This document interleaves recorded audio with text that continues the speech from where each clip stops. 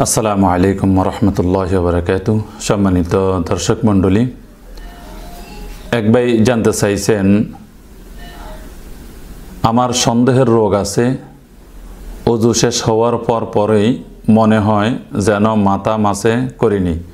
এই সন্দেহ হওয়ার কারণে পুনরায় মাথা মাসে করি। আমি জানতে চাই এই ক্ষেত্রে আমার করণীয় কী এবং এই সন্দেহের রোগ দূর করার উপায় কী? হ্যাঁ ভাই, যে প্রশ্নটা করছেন খুবই একটা সুন্দর প্রশ্ন। আসলে আমাদের মাঝে অনেক ব্যক্তি আমরা আছি যে ওযু করার ক্ষেত্রে আমাদের অনেক সময় সন্দেহ হয়ে থাকে, অনেক সময় নামাজ পড়ার ক্ষেত্রে সন্দেহ হয়ে থাকে। যাই হোক, উনি যে জিনিসটা জানতে চাইছেন সেটা হলো ওযু করার ক্ষেত্রে যদি সন্দেহ হয় তাহলে এই ক্ষেত্রে তার করণীয় কী? এই ক্ষেত্রে করণীয় হলো আসলে মূলত হলো সর্বপ্রথম যখন ওযু করবে সে মনোযোগ সহকারে ওযুটা করবে এবং ওযুর গুরুত্ব দিয়ে ওযুটা করাটা সবচেয়ে উত্তম।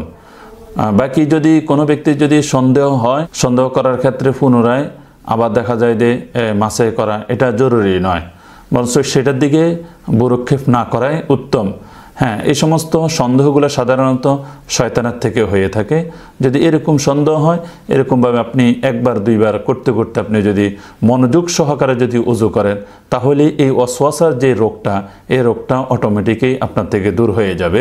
আল্লাহ পাক রব্বুল আলামিন আমাদের সকলকে ওযুর গুরুত্ব দিয়ে যাতে করে ওযু করতে পারে সেই তৌফিক আল্লাহ পাক রব্বুল আলামিন আমাদের সবাইকে দান করুক, এবং পাশাপাশি শয়তানের ওয়াসওয়াসা যেটা, সেটাও যাতে করে আল্লাহ পাক রব্বুল আলামিন আমাদের থেকে দূরে সরাইয়ে দেয়। আল্লাহ পাক রব্বুল আলামিন আমাদের সকলকে সহি শুদ্ধভাবে সুন্দর করে ওযু করে যাতে করে আমল করতে পারে সেই তৌফিক আল্লাহ পাক রব্বুল আলামিন আমাদের সকলকে দান করুক।